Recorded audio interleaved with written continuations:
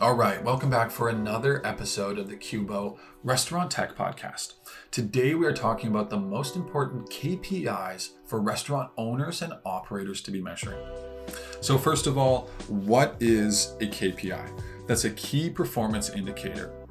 And this is a measurement or a set of data that you use to measure the health, measure the success of your restaurant.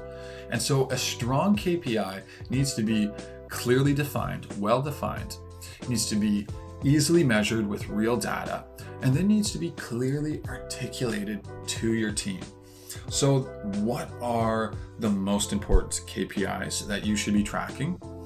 Let's start with the back of house.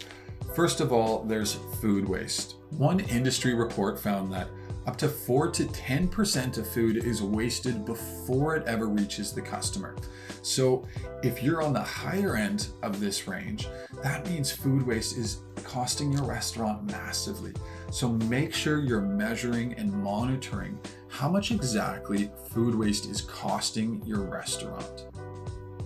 Number 2, production time. That is, how long does each menu item take to create?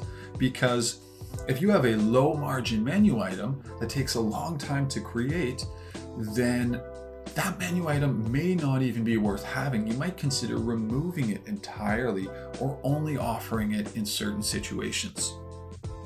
Number 3, costs of goods sold. That is, how much does each dish cost you to create versus how much you make from the dish. Essentially, if you have a positive cost of goods sold, you're making more money from the dish than it costs you to create, then you're doing well. If you have a negative cost of goods sold, you're in trouble. And then the final back of house KPI is menu profitability and popularity. The more you know about your menu in terms of sales and popularity, the better. This is going to help you make really informed pricing decisions. So track what's selling, track what's popular, see if you can notice any patterns, particular days that certain menu items are selling, because that's going to help you make decisions down the road. Now let's switch to the front of house. The first metric is sales per guest. This is a fairly self-explanatory KPI to be monitoring, but it's important to measure so that you can make sure you're trending in the right direction. And if this starts to slip, perhaps you can make some changes. Number 2, revenue per seat per hour. You'll sometimes see this referred to as Rev Pash, and it's really common at well-run restaurants. And so you should definitely be keeping an eye on this metric. And then just a quick fun fact, this metric, Rev Pash, is actually why a lot of restaurants choose to offer a happy hour, because empty seats are bad. So having a promotion like a happy hour can help fill those empty seats. Next, labor cost percentage.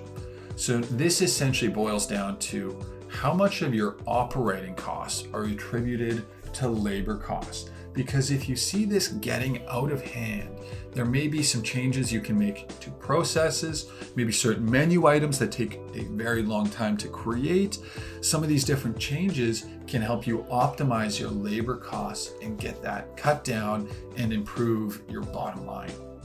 And then the final metric you should be paying attention to is retention rate and salary. Turnover is a big problem in the restaurant industry, so make sure you're measuring your turnover rate, your retention rate, because replacing an employee can cost up to 40 to 60% of their annual salary. It can be a massive cost to your restaurant and can hugely impact the bottom line. So make sure you're measuring your retention and how that's impacting your salary decisions and your restaurant's profitability.